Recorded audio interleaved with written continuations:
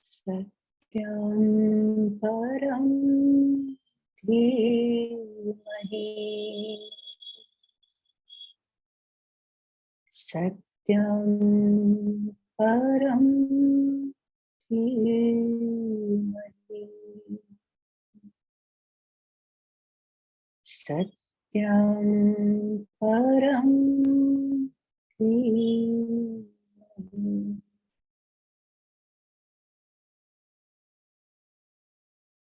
जय गुरुदेव।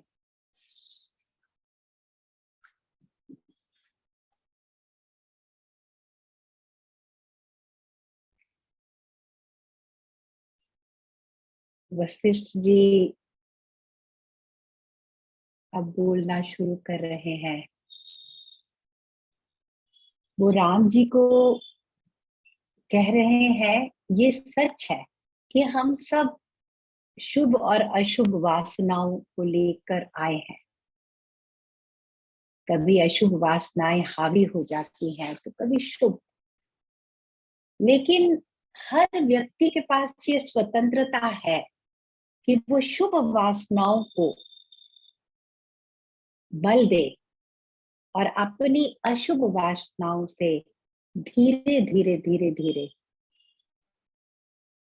उठ जाए ऊपर। कैसे हो सकता है? जब हम अपनी शुभ वासनाओं को और स्ट्रॉन्ग बनाते हैं अपनी एफर्ट के साथ, अपनी साधना, अपने सत्य के प्रति निष्ठा, तो धीरे धीरे शुभ वासनाएं प्रबल होकर जो अशुभ वासनाएं होती हैं वो अपने आप झड़ने लगती हैं, गलने लगती है। पता नहीं चलता, ऐसे मीठे मीठे में सब होने लगता है।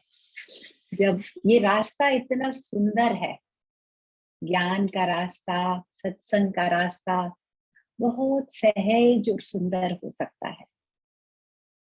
वशिष्ठ जी कहते हैं, जो ज्ञान को हृदय में बिठाओ, मन में ज्ञान रखने से सीमित वहां तक बात बनती नहीं, क्योंकि मन तो ऐसा चंचल है, बंदर की तरह इधर उधर, जैसे बंदर एक डाली से दूसरी डाली, ऐसे ही हमारा मन हमें कहीं एक जगह स्थिर नहीं रहने देता।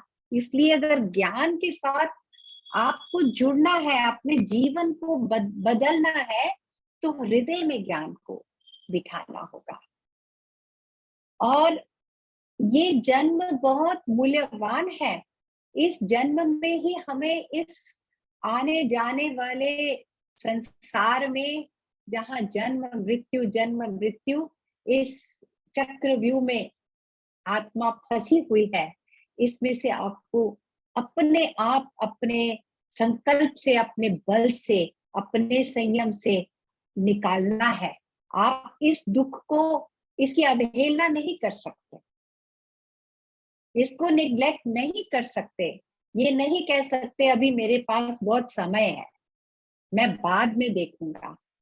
अपने अंदर झांकना, मौन रहना, जो भी, अभी संसार में बहुत सारे काम है हमें, हम बड़े व्यस्त हैं, तो यहाँ से हमें वशिष्ठ जी कहते हैं ये गलती नहीं करनी है। हर व्यक्ति को पूरी तरह से प्रयास अपना करना ही है कि मैं अब इन बंधनों से मुक्त हो जाऊंगा। तो उन्होंने कहा, पहले पहले जब सृष्टि की रचना हुई तो ब्रह्मा जी ने देखा कि इस सृष्टि में लोग इतने कष्ट पा रहे हैं, दुखी हैं, पीड़ित हैं। तो उनके अंदर एक संवेदनशीलता थी। उन्होंने कहा, कैसे भी करके लोगों का दुख तो दूर करना पड़ेगा, ये सृष्टि तो मैंने रचना कर दी। तो उन्होंने प्रयोजन किए, तीर्थ स्थान बनाए जाए, तरह तरह का सत्कर्म, लोगों को दान पुण्य, ऐसी चीजें का प्रधान प्रचलन हो गया पृथ्वी पर। लेकिन देखा क्या कि बहुत ज्यादा देर फिर भी दुख से बाहर नहीं आ पा रहा था व्यक्ति। थोड़ी देर उसका दुख कम होता था, फिर वापस वो इस संसार के बंधनों में, दुख में फंसता जा रहा था। तब वशिष्ठ जी कहते हैं, तब ब्रह्मा जी ने मुझे उत्पन्न किया, अपनी मानस शक्ति से मैं उनकी संतान बनकर तब आया। और उन्होंने, मैं क्योंकि उनकी मानस शक्ति का पुत्र हूं, तो परम ज्ञानी था, जन्म से ही मैं भी पूरी तरह ज्ञान में था। लेकिन उन्होंने देखा कि मुझे थोड़ी देर के लिए अज्ञान में रहकर अज्ञान की पीड़ा को सहना चाहिए, तब मेरे अंदर दूसरों के प्रति करुणा जागेगी, जो अभी ज्ञान में नहीं है। तब ब्रह्मा जी ने मेरे आँख के आगे अज्ञान का पर्दा गिरा दिया, और जब मैं अज्ञान में आ गया, मैं अपने स्वरूप से अलग हो गया। मुझे नहीं पता था मेरा सच्चा रूप क्या है, स्वरूप क्या है, और मैं भी यहाँ पर जैसे संसार में दुख है, मैं भी सब दुखों में फंस गया। इतने दुख मुझसे सहे नहीं जा रहे थे। तब मैंने आ जाकर उनके चरणों में प्रार्थना की कि मुझे मेरे इस अज्ञान से बाहर निकालिए। ये अज्ञान और इससे उपजा दुख असहाय है। तब ब्रह्मा जी ने कहा, मैं इसलिए तुम्हें अज्ञान का चखाना चाहता था कि ये दुख कैसा है, ये संताप कैसा होता है, ये बंधन किस तरह दुखदाई है, ताकि तुम अब आजीवन इसी कार्य में रत रहोगे कि ज्ञान की रोशनी जहां तक फैल सके फैले। तो तब मुझे ब्रह्मा जी ने ये ज्ञान दिया, महारामायण का ज्ञान मुझे दिया और कहा अब आगे सब में इस ज्ञान को बांटना है तुमने। जब तक सृष्टि बनी रहेगी तुम यही रहोगे और यही तुम्हारा कर्तव्य है। तो वशिष्ठ जी ने कहा, केवल मैं नहीं, मेरे जैसे बहुत से संत महात्मा पुरुष गुरुजन ब्रह्मा जी ने फिर इस सृष्टि को दिए हैं। तो इस सृष्टि में गुरु तत्व हमेशा से है, हमेशा से बना हुआ है। तो राम जी को वशिष्ठ जी कहते हैं, अब तुम शांत मन से जो मैं तुम्हें ये ज्ञान तुमसे बांटूंगा, इसको शांत हृदय से सुनना और अपने हृदय में ज्ञान का प्रकाश हो जाए। तब क्या करना चाहिए व्यक्ति को? दो बातें कही वशिष्ठ जी ने यहाँ। एक तो कि पूरे मन से, पूरी 100% श्रद्धा से सुनकर ज्ञान को हृदय में ग्रहण करो और फिर मूर्खों के संग को छोड़ दो।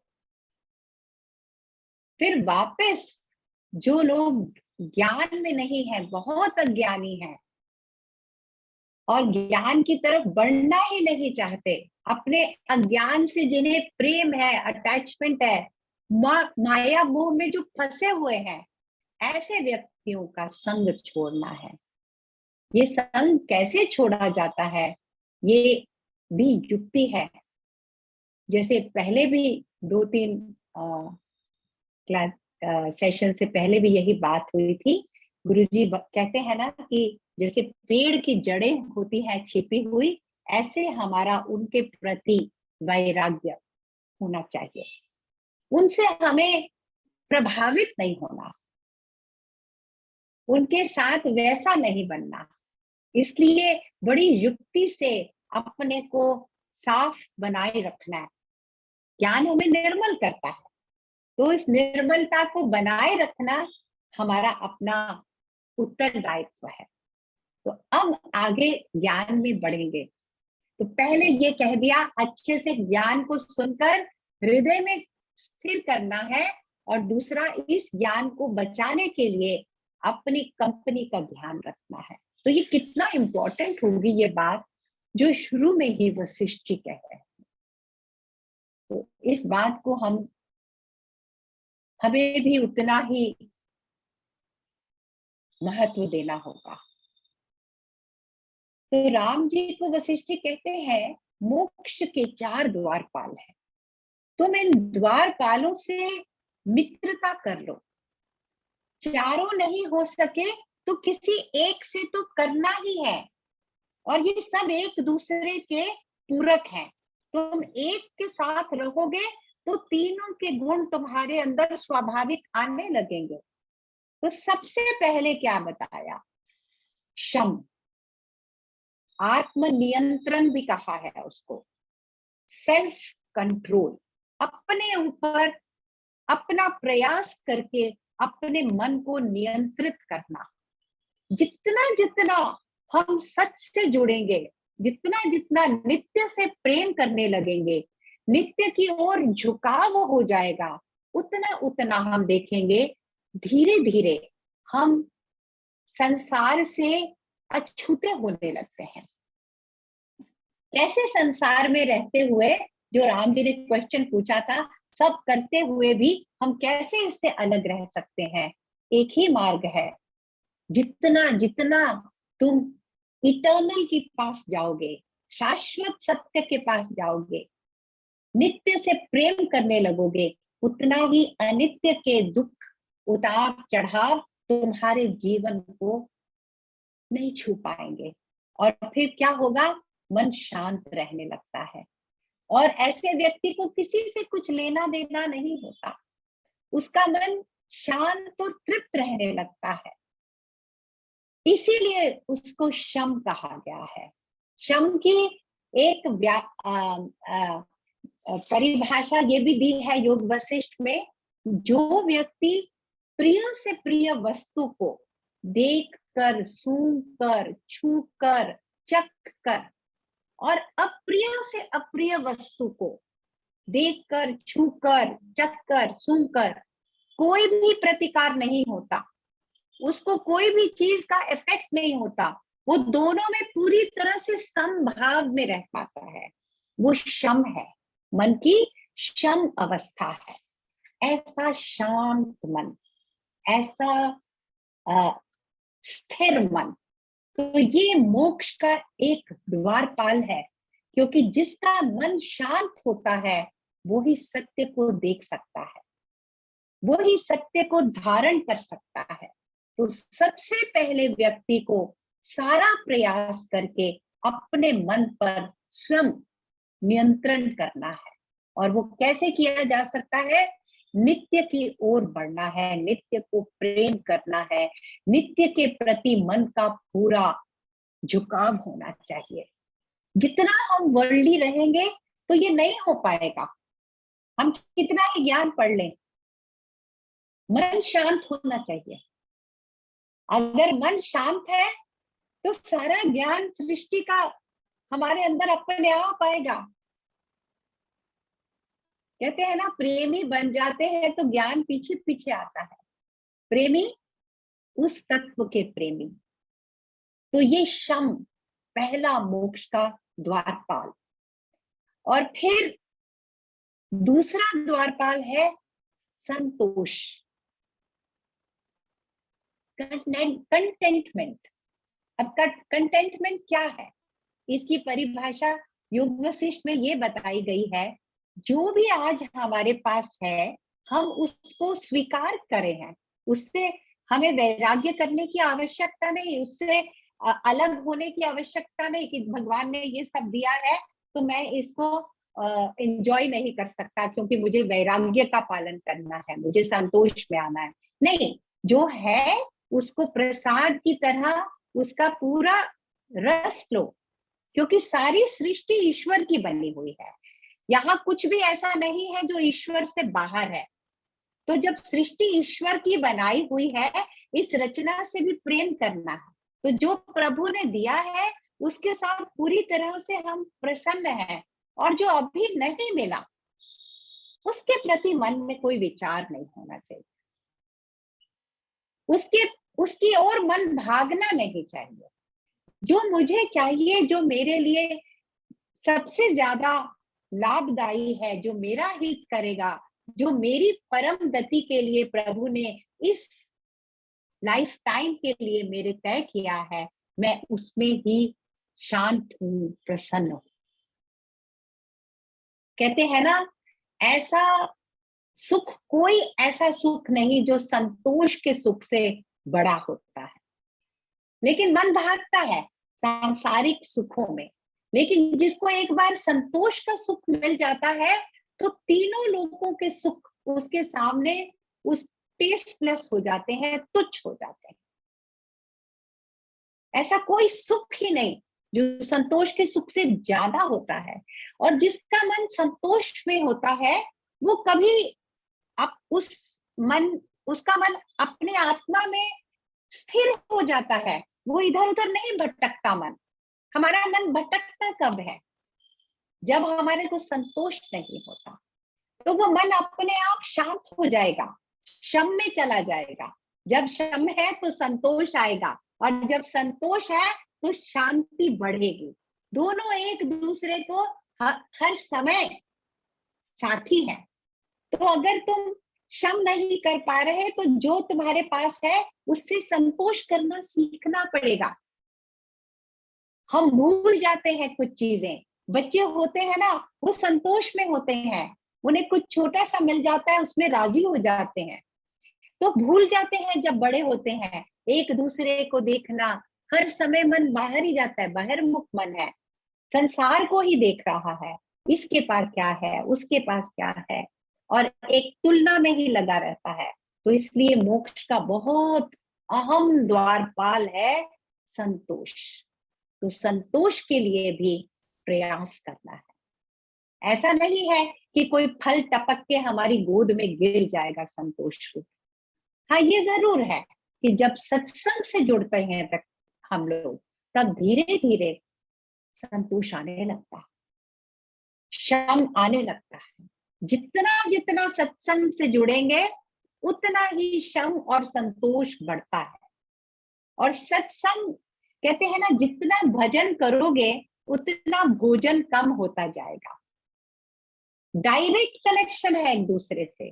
जितना वर्ल्डली चीजों के पीछे भागेंगे, वर्ल्डली चीजें ये चाहिए वो चाहिए, तो सत्संग करते हुए भी सत्संग में नहीं है हम।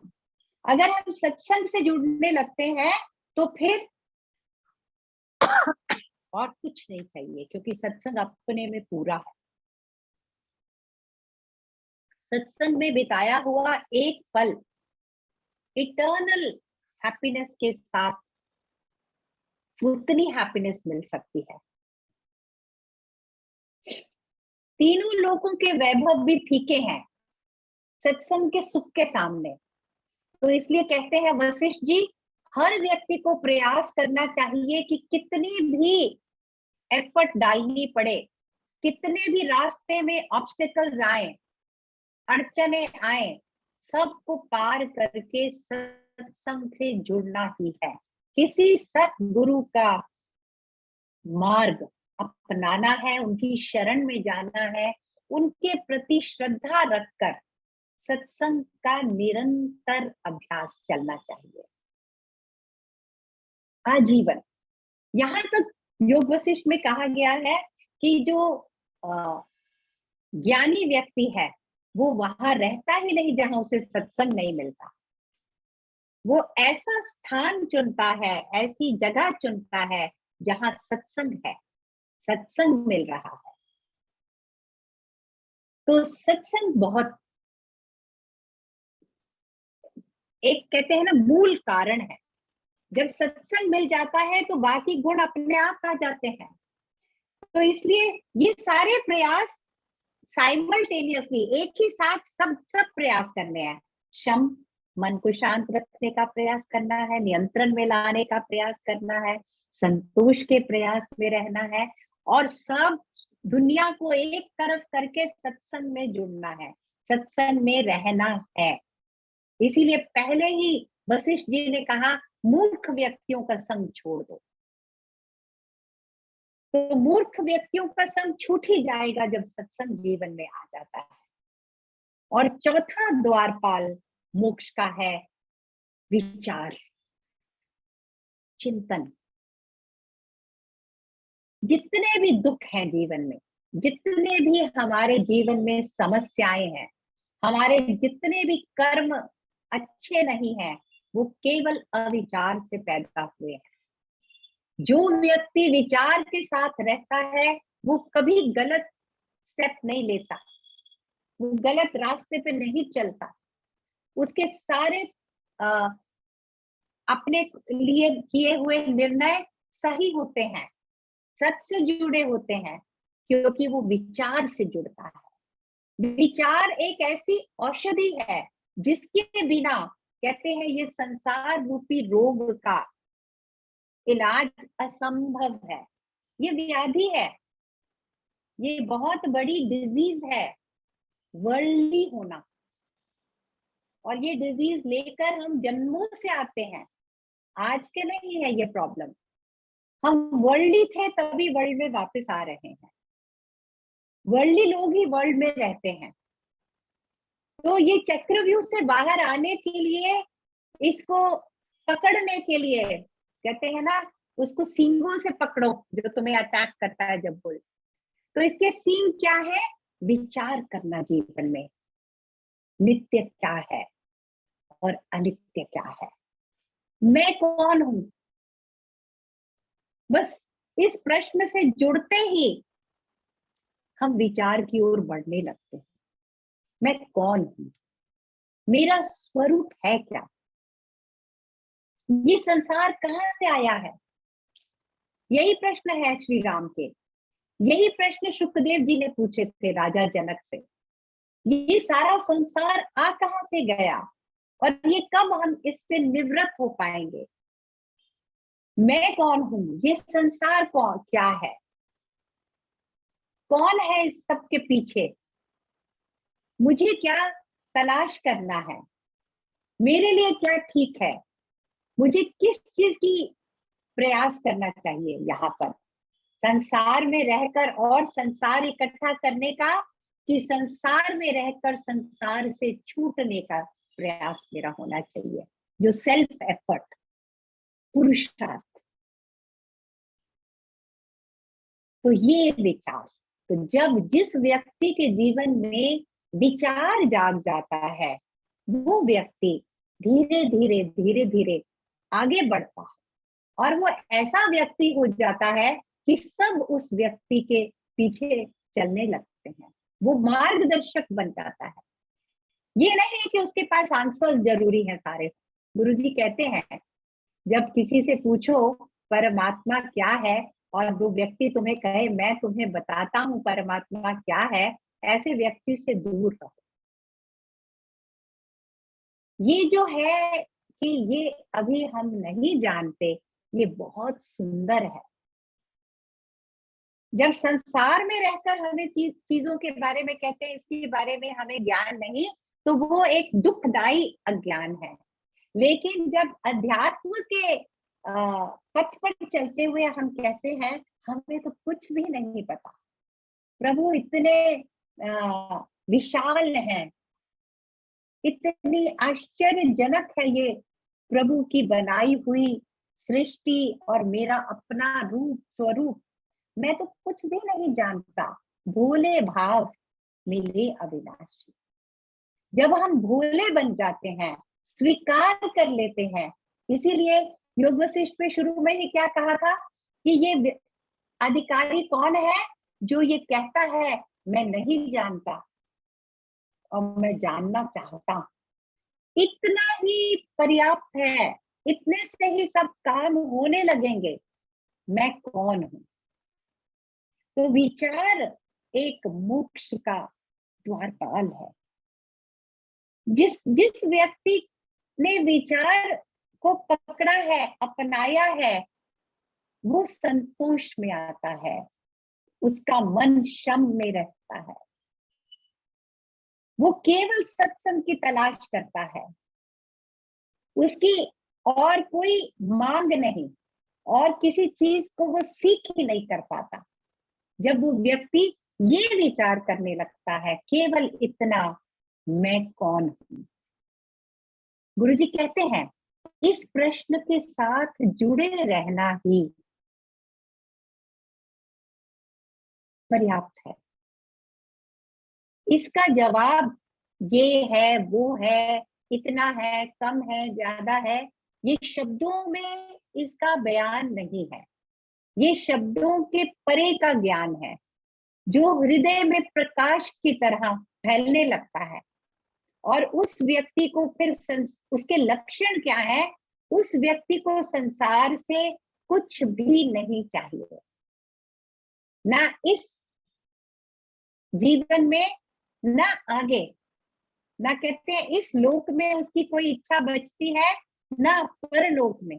नहीं तो लोग कहते हैं बहुत सारे कर्म करते हैं, अरे परलोक सुधार रहे हैं, अपना वो लोक सुधार रहे हैं, ये लोक में तो आए हुए हैं, यहाँ तो कुछ सुधारा नहीं, परलोक जरूर सुधारते हैं, ये दान कर दो, ये कर दो तो परलोक सुधर जाता है, स्वर्ग में जाते हैं। ऐसी धारणाएं हैं हमारी। हम इस बात के लिए सजग नहीं रहते कि आज इस पल में हमारे सामने कितना बड़ा संकट है। इस पूरे संसार को लेकर हम कितने इससे जुड़े हुए हैं, हमें संसार से कितनी अपेक्षा है, हम संसार से ही सब कुछ चाह रहे हैं, संसार से ही सारा सुख पाना चाहते हैं, स्थायी सुख पाना चाहते हैं, जबकि संसार स्थायी ही नहीं है। हमें ऐसा सुख तो नहीं चाहिए ना कि 1 घंटे का सुख दे दो भगवान। हम जब सुख मांगते हैं तो यही मांगते हैं ना कि हम सदा सुखी रहे। आशीर्वाद देते हैं अपने बच्चों को, क्या आशीर्वाद देते हैं? सदा सुखी रहो, सदा खुश रहो। लेकिन यहाँ पर जब सदा हम रहने नहीं वाले, ये संसार सदा रहने नहीं वाला, तो वो सदा सुख मिलेगा कहाँ पर? ये तय करना है विचार करके, सत्संग में जाकर। तो वशिष्ठ जी कहते हैं तुम किसी एक न एक द्वारपाल को तो जरूर अपना लो श्री राम।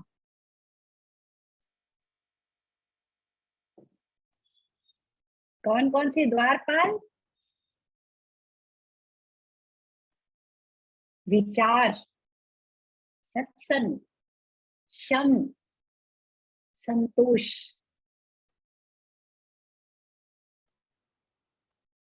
और वो केवल ईश्वर के अंदर वो सुख है। पायो जी मैंने राम रतन धन पायो, खर्चे न खूटे चोर न लूटे। मैं खर्चती जाती हूँ इस धन को तो कम नहीं होता, और इस धन को कोई आके मेरे से ले ही नहीं सकता। मेरे सारे बाकी धन जा सकते हैं, ये स्वास्थ्य का धन, ये शरीर का धन, परिवार का धन, लक्ष्मी, बैंक का धन, लेकिन ये धन जो पा लेता है वो कोई नहीं उससे छीन सकता, कोई कमी नहीं आ सकती उसमें। और दिन दिन बढ़त सवायो, ये ऐसा धन है जो बढ़ता ही जाता है। और गुरुदेव कहते हैं केवल ये धन है जो हम अपने साथ लेके जाते हैं, बाकी सब यहाँ छूट जाता है। तो इसलिए हम अगर इंटेलिजेंट हैं तो हमें समझना चाहिए ना कि कौन सा वाला ज्यादा इंपॉर्टेंट है, कौन सा धन इकट्ठा करने का समय है हमारे पास, और कौन से धन के पीछे भागने के लिए हमारे पास समय नहीं है। तो इस धन को इकट्ठा करना है, कैसे भी करके, चारों तरफ से अपने मन को संभालने के लिए ये चारों मोक्ष के द्वारपालों को साधना ही है, कैसे भी करके। और आगे क्या करें, देख रही हूँ हमने आज बहुत जल्दी से देख लिया। मैंने सोचा था आज पूरा समय हम एक मोक्ष का द्वारपाल कर पाएंगे और ब्रह्मा जी की कहानी सुना पाऊंगी कि कैसे वशिष्ठ जी का जन्म हुआ था, और लेकिन पता नहीं कैसे समय पर इतना बड़ा हो गया। गुरु जी कहते हैं ना समय बड़ा मिस्टीरियस है। कभी कभी हमें लगता है ना जैसे 1 मिनट, 2 मिनट, आधा घंटा, कई बार समय बड़ा गहरा होता है। तो कभी कभी उस गहराई में चले जाते हैं तो 2 मिनट में बहुत सारा काम हो जाता है। आज शायद बहुत सब लोग ऐसे मेडिटेटिव स्पेस में है कि इतनी जल्दी हमने सब देख लिया, समझ आ गया ना। कुछ और इसके बारे में जानने की कुछ लग रही है जरूरत, हम सभी जानते हैं, लेकिन किसी को अगर इसके बारे में अभी तुरंत एक कोई क्वेश्चन है तो आप प्लीज पूछिए, क्योंकि मैं अब अगला टॉपिक कर लूंगी, क्योंकि वो टॉपिक अभी मेरे को बिल्कुल ध्यान में नहीं आ रहा आज क्या बोलूं। थोड़ा खाली हो गई। हाँ दीदी, विचार का मुझे समझ नहीं आया कि विचार का मतलब चिंतन करना या मतलब एनालिसिस है? हाँ जी, अनुसंधान नहीं, एनालिसिस नहीं, अवलोकन कहते हैं। अनुसंधान is the correct word you are using, जिसमें हम अपने को बहुत क्लोजली देखना चाहते हैं, अपने अंतर्मुखी होकर हम देखते हैं। कहते हैं ना बहिर्मुख की धारा को जब अंदर लेके जाते हैं तो वो राधा तत्व है हमारा, जो कृष्ण से जोड़ता है, सत्य सत्य हमें जोड़ता है। तो अवलोकन, अनुसंधान, ये वैसे विचार नहीं जो आ रहे हैं और जा रहे हैं, ये चिंतन है, लाइफ के ऊपर चिंतन, अपना, अपने मन को देखना, अपनी भावनाओं को देखना, अपने अंदर जो भाव उठ रहे हैं, संवेदनशीलता है, ये सब उसको ऑब्जर्व करना और फिर ये चिंतन करना, मैं कौन हूं, बस इससे जुड़े ही रहना है। हमारा जो हैप्पीनेस कोर्स है, इसमें कितनी सुंदरता से गुरुजी ने हमें इस क्वेश्चन के साथ जोड़ा था, who am I, who am I, मैं कौन हूँ, यही विचार है। दीदी ये हाँ जी, जो आपने शम बोला, शम मतलब कि हमारा अपना इंद्रियों पे कंट्रोल नहीं है, कि हम जैसे बहुत अच्छा देखना चाहते हैं, बहुत अच्छा सुनना चाहते हैं, ये शम की कमी है मतलब। इससे हमारे अंदर क्षम की कमी आती है, आती है मतलब। जब हम राग और द्वेष में रहते हैं ना, कि अरे अरे ये तो बहुत भद्दा है, ये तो बहुत दुख देने वाला, ये तो बहुत मेरे को घिनौना लग रहा है, या बहुत मेरे को इससे डर लग रहा है, या मैं ये ऐसा नहीं होना चाहिए मेरी लाइफ में, तो फिर क्या होगा, मन शांत हो जाएगा। लेकिन जो वैराग्य पुरुष होते हैं, जिनके अंदर विवेक होता है कि सब जगह ईश्वर ही है, सब में जो एक को देख रहा है, वो इन सब छोटे छोटे सुख दुख, इन आशाओं निराशाओं से परे हो जाता है, उसको कुछ भी बुरा नहीं लगता। उसके लिए कंकर, पत्थर, ब्राह्मण, देवता सब एक होते हैं उसकी दृष्टि में। भगवत गीता में भी कृष्ण भगवान ने यही कहा कि जो स्थित प्रज्ञ है, स्थित प्रज्ञ के लक्षण बताते हुए अर्जुन जी को यही बताया कि जिसकी दृष्टि में चोर, कंकर, देवता और गुरु सब एक बराबर होते हैं, उसकी दृष्टि में कोई डिफरेंस नहीं होता। हम देखते हैं ना, गुरु जी की दृष्टि में हम सब एक जैसे हैं, हमारी दृष्टि अलग है, हम एक दूसरे के गुण दोष देखते हैं।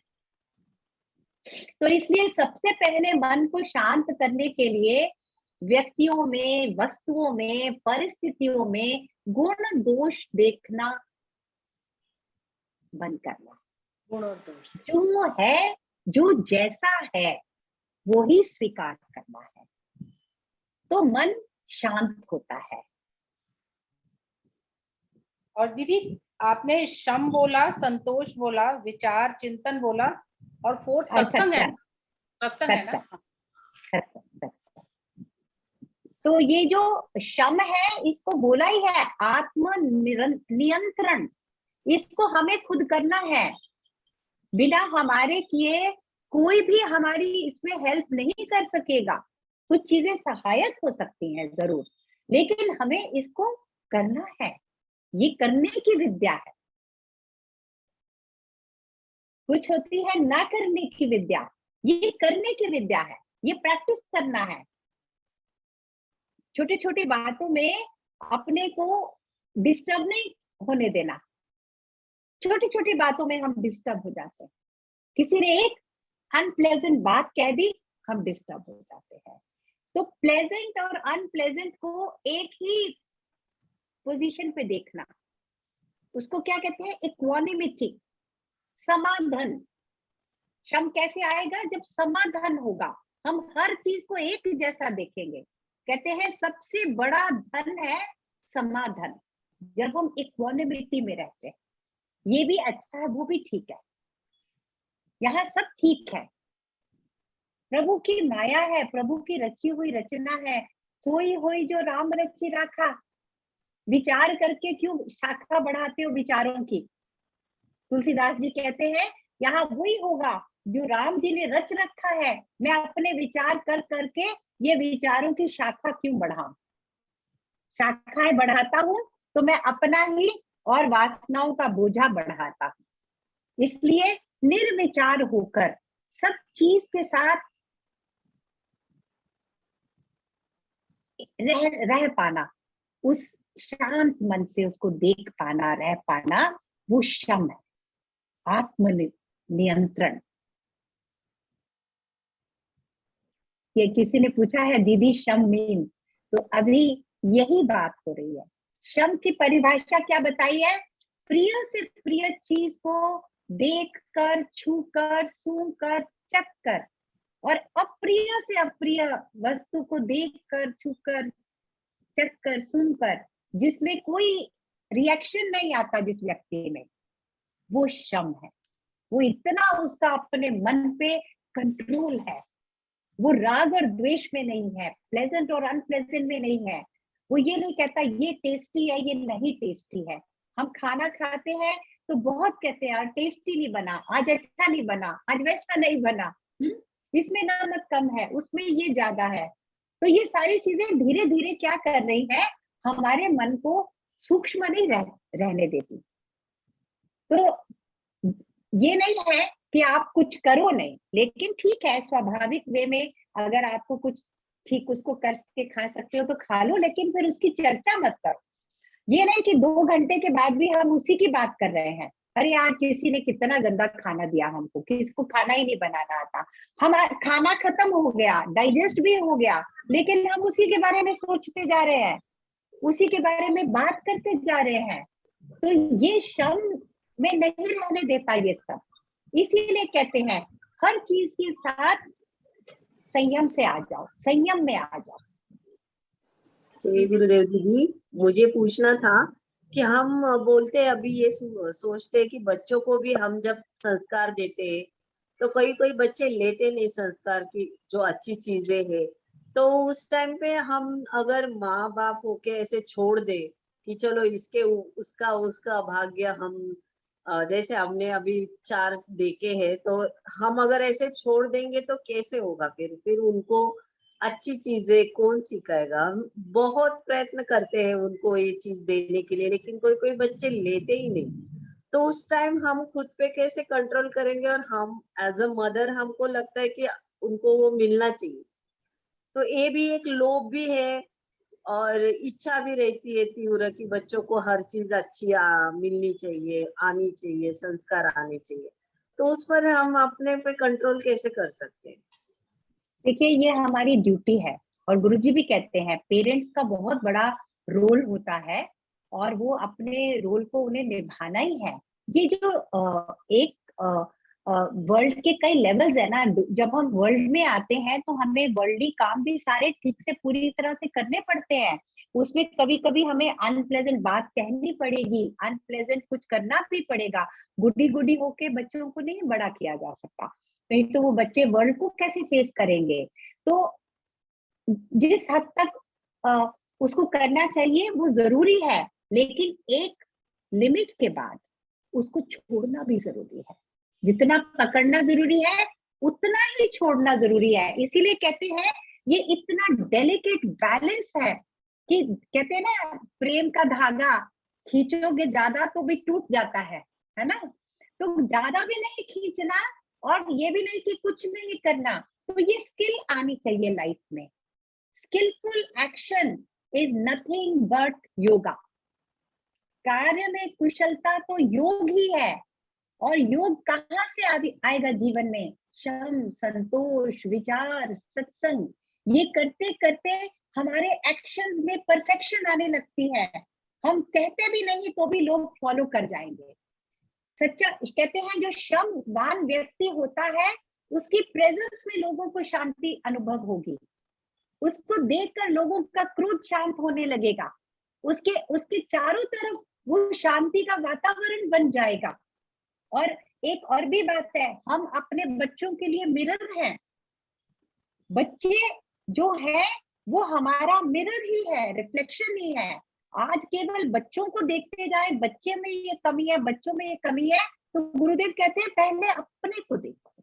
पहले हम अपने को साधेंगे। हम अपने को जब करेक्ट करने लगते हैं, जब हम ठीक ठाक रहने लगते हैं, तो बच्चे ऐसे, मैं कहती हूँ तुम छुप जाओ, एक कमरे के अंदर छुप जाओ तो भी वो संस्कार मिल जाएंगे उनको।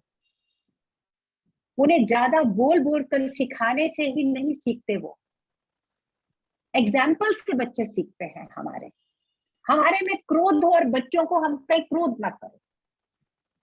हमारे में कुछ कमियां हो और हम बच्चों से वो कमियां देखकर परेशान हो जाएं। पहले हमें अपने को साधना है। एक साधे सब साधे, गुरुदेव कहते हैं। तो थोड़ा करना है, थोड़ा बच्चों को बताना भी है, उसके प्रति हमें डिस्पैशन नहीं लाने की जरूरत। ये भी तो एक स्किल है ना लाइफ की। लाइफ में सारी क्वालिटीज चाहिए होती हैं, साम दाम दंड भेद। कभी साम कभी समता से देख लो, कभी बच्चों को दंड भी देना पड़ता है ना। तो हर तरह से बच्चों को बड़ा करते हैं पेरेंट्स, वो ठीक है, वो हमारी ड्यूटीज है, वो तो हमारे कर्म है। और ये कर्म हमें कैसे करने हैं? कर्म योग। कर्म करो और फिर फल की इच्छा में मत रहो, फल ईश्वर पे छोड़ दो। अपना कर्म करो और फिर बच्चे को शरणागत होकर कहो, बच्चे हमारी संतान जरूर हैं लेकिन हमारी प्रॉपर्टी नहीं है, वो प्रभु की देन है। आत्माएं तो आकर एक दूसरे से जुड़ती है, थोड़े दिनों के लिए अपने अपने कर्म पूरे करने होते हैं। ऐसा नहीं कि हम पूरे तरह से ये कहे हमारी बच्चा है तो ये ऐसा ही होना चाहिए, वैसा ही होना चाहिए। हम अपना कर्म पूरा करेंगे, उसके बाद बच्चों ने अपना भाग्य लेके आए हैं बच्चे, उनके लिए प्रभु ने वैसे ही जीवन तय किया है जैसे हमारा जीवन प्रभु ने तय किया है। हमारे पेरेंट्स का जीवन अलग था, हमारा जीवन अलग है, ऐसे ही बच्चों का जीवन अपने उस पर चलेगा। फिर भी हमें अपनी पूरी रिस्पॉन्सिबिलिटीज उनके प्रति फुलफिल भी करनी है। तो ये दोनों में तालमेल बिठाना है, बहुत पुरुषार्थ भी करना है और शरणागति में भी रहना है। इन दोनों में कॉन्ट्रडिक्शन नहीं है। कहाँ शरणागत होकर चुप हो जाना है, कहाँ छोड़ देना है और कहाँ रिस्पॉन्सिबिलिटी को पकड़ कर लेना है, ये ज्ञान हमारे अंदर इंट्यूटिव ज्ञान फिर आने लगता है जब हमारा मन शम है। हमारा मन शांत नहीं होता तो हमें सच में समझ नहीं आता क्या करना है, कितना करना है। जितना जितना हमारा मन शांत होगा, हमारे बच्चे शांत रहने लगेंगे, वो भी करेक्ट डिसीजन ले पाएंगे। कहते हैं ना, सत्व गुण बढ़ने लगता है। एक परिवार में भी एक व्यक्ति जब शांत रहने लगता है तो वो पूरे परिवार में वो सात्विक गुण आने लगते हैं। उस भोजन में उस घर के सात्विक गुण आने लगते हैं, वहां का पूरा वातावरण पर्यावरण बदल जाता है। तो इसमें बहुत शक्ति है। इसीलिए वशिष्ठ जी कह रहे हैं कि समय नहीं बर्बाद करना है, अपने ऊपर नियंत्रण अभी इसी समय उसके लिए प्रयास करना है, निरंतर प्रयास में रहना है। कभी कभी हम गिरेंगे, झटके खाएंगे, तो भी हमें सत्संग का सहारा लेकर, संतोष का सहारा लेकर निरंतर अभ्यास बनाए रखना है।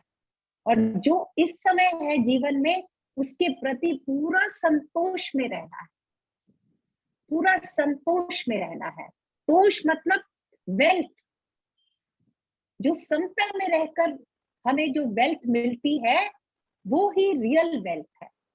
संतोष वो बहुत बड़ा वेल्थ है हमारा। What else?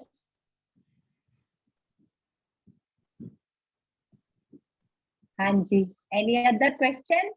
अभी कुछ क्वेश्चंस आ रहे थे, मैं देख रही थी, तो वी विल टेक देम।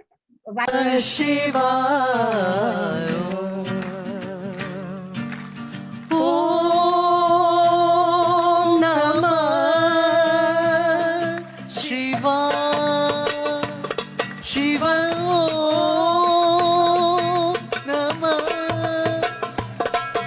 शिवाय, शिवाय ओम नमः शिवाय, नमः शिवाय, नमः शिवाय, शिवाय ओम नमः शिवाय, नमः शिवाय, नमः शिवाय, शिवाय ओम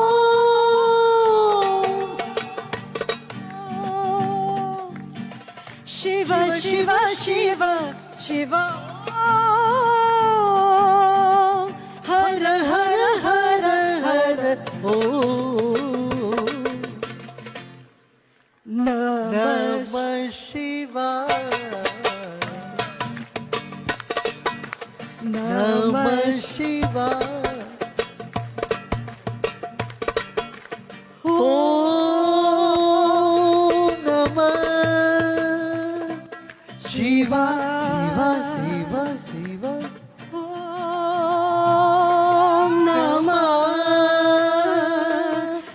शिवा शिवा शिवा ओम नमः शिवाय नमः शिवाय नमः शिवाय शिवा ओम नमः शिवाय नमः शिवाय नमः शिवाय शिवा ओम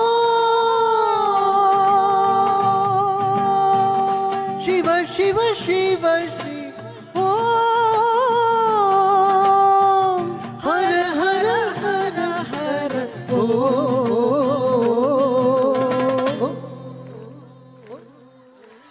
नमः शिवाय नमः शिवाय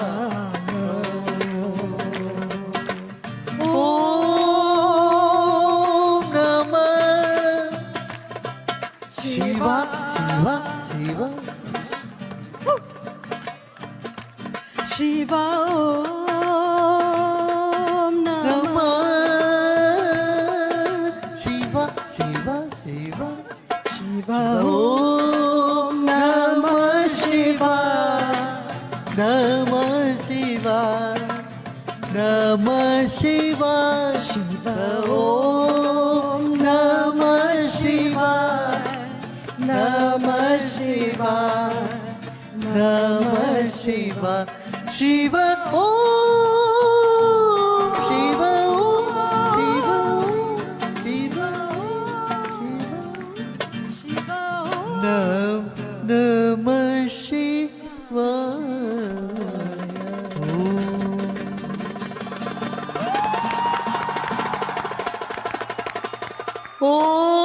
ओम नमः शिवाय शिवा ओम नमः शिवाय शिवा ओम नमः शिवाय